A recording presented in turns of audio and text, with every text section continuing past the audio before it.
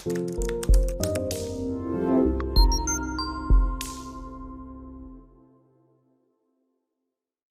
আলাইকুম, কি অবস্থা সবার? আশা করি আপনারা ভালো আছেন।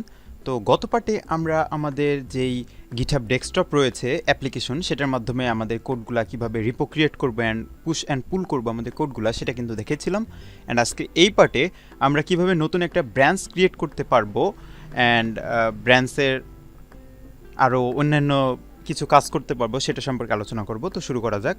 আমি কিন্তু এখন আমাদের গিটহাবের যে ওয়েবসাইটটা রয়েছে সেখানে আছে, আমাদের অ্যান্ড সেকেন্ড ওয়েবসাইট নামের যে প্রজেক্টটা আমরা রিপোর্টটা ক্রিয়েট করেছিলাম সেখানে রয়েছি। তো এখানে আমরা কিন্তু এই যে এটা হলো আমাদের ব্রাঞ্চ, অর্থাৎ আমি কিন্তু ব্রাঞ্চ বলেছি ইটস সামথিং লাইক ফ্যাকাল্টি, অথবা আমাদের যে মেইন ব্রাঞ্চটা রয়েছে এটা হলো আমাদের মেইন যত কোডগুলো রয়েছে সব এটা এখানে রয়েছে। তো ধরুন আপনার ওয়েবসাইটটার কিছু চেঞ্জ করতে, আপডেট করতে হবে। সো দেখা যায় যে আপনি কি তাহলে গোটা একদিন আপনার ওয়েবসাইটটা শাটডাউন করে অফ করে আপনি আপডেট করবেন? তেমন কিন্তু না। আপনি নতুন আরেকটা ব্রাঞ্চ, একটা মাধ্যম ক্রিয়েট করবেন। আমি যদি আরও ভালো করে উদাহরণ দিই, যে আপনার ক্রাশের সাথে আপনার দেখা করার কথা, বাট আপনার ক্রাশ ওর আর কি প্যারেন্টসের সাথে আজকে আসছে, তো স্কুলে আজকে প্যারেন্টের সাথে নিয়ে আসছে। সো আপনার এখানে দেখা করার কথা একটা জায়গায়, তো আপনি কি করবেন, অন্য আর একটা রাস্তা ফলো করবেন, ওখানে গিয়ে দুইজন একসাথে দেখা করবেন। ইটস সামথিং লাইক যে নতুন আরেকটা আমরা ব্রাঞ্চ ক্রিয়েট করতে পারি আমাদের নতুন কিছু অ্যাক্সেস নেওয়ার জন্য। অর্থাৎ যদি আমি ডেভেলপ ব্রাঞ্চ ক্রিয়েট করি, এর মাধ্যমে আমরা নতুন নতুন কোড অ্যাড করব, এরপরে আমাদের একজন এসে সেই আমাদের ডেভেলপ ব্রাঞ্চ থেকে মেইন ব্রাঞ্চে আমাদের কোডগুলো ট্রান্সফার করে দেবে। অর্থাৎ সেকেন্ড আর একটা প্যাথ, আমাদেরকে একটা রাস্তা, সেকেন্ড ওয়ে, অর্থাৎ প্ল্যান বি টাইপের কিছু আমরা ব্রাঞ্চের মাধ্যমে করতে পারি।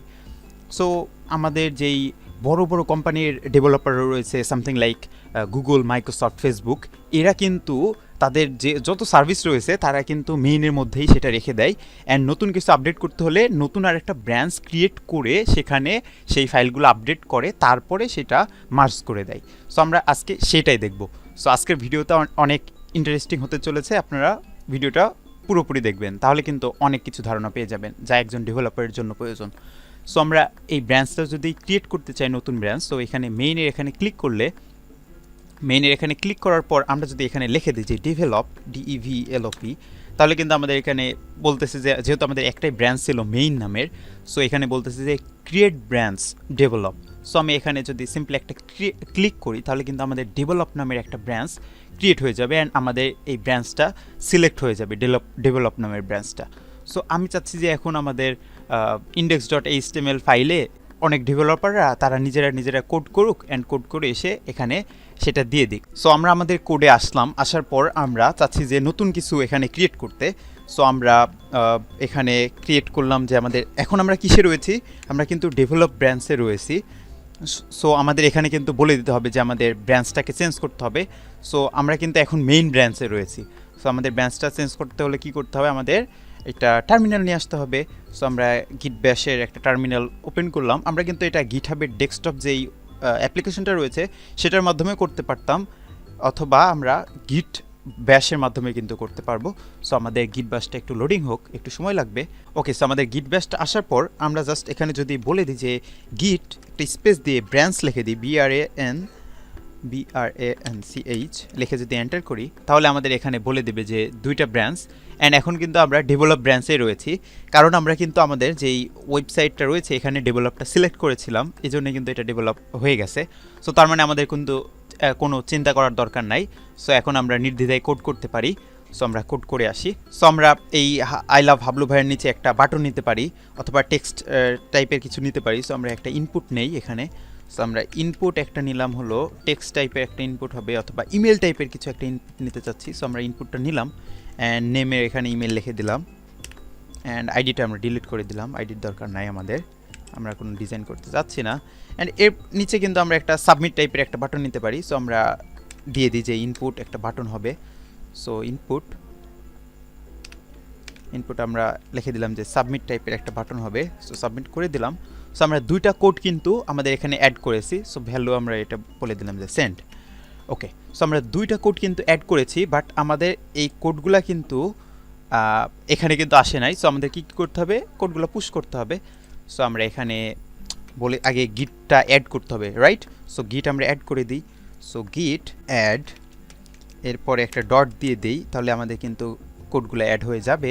এরপর আমাদেরকে কি করতে হবে, কমিট করতে হবে। সো কমিট করে দিই গিট, এরপরে COMMIT গিট কমিট, এরপরে একটা স্ল্যাশ দিয়ে, এরপরে একটা হাইফেন দিয়ে এম অর্থাৎ মেসেজ লিখতে হবে। সো মেসেজ লিখি যে আমরা কি অ্যাড করেছি এখানে, যে চেঞ্জ লিখে দিই, যে সেন্স।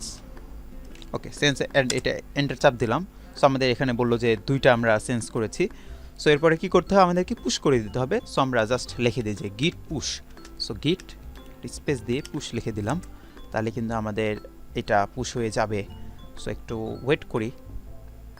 ওকে, আমাদের এটা কিন্তু হ্যাঁ পুশ হয়ে গেছে ডেভেলপের ভিতরে।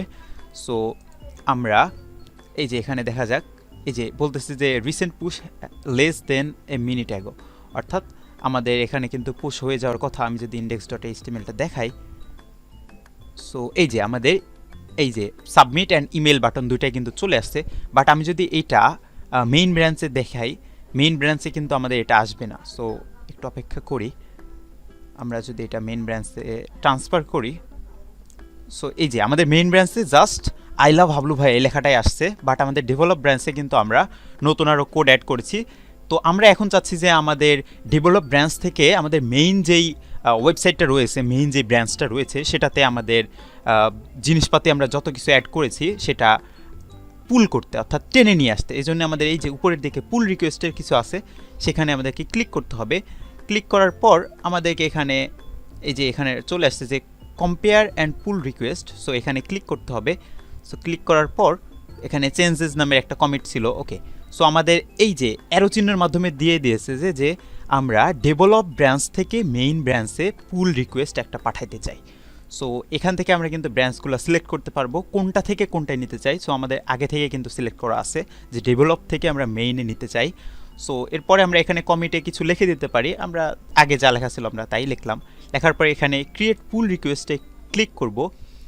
সো আমাদের এখানে ক্লিক করার পর আমাদের একটু লোড হওয়ার পর এখানে বলতেছে যে মার্জ পুল রিকোয়েস্ট, অর্থাৎ আমাদের কোনো এক ডেভেলপার নতুন একটা কোড করে অথবা অনেকগুলো ডেভেলপার কোড করে আমাদের ডেভেলপ ব্রাঞ্চে এখানে পুল রিকোয়েস্ট পাঠাই দেওয়ার পর আমাদের যেই রিপোর্টার রয়েছে, রিপোর্টার একজন ম্যানেজার থাকবে, বড় বড় কোম্পানির তাদের গিটহাবের একজন ম্যানেজার থাকে। সো বড় বড় কোম্পানি কিন্তু তাদের গিটহাবের জন্য একজন ম্যানেজার রেখে দেয়।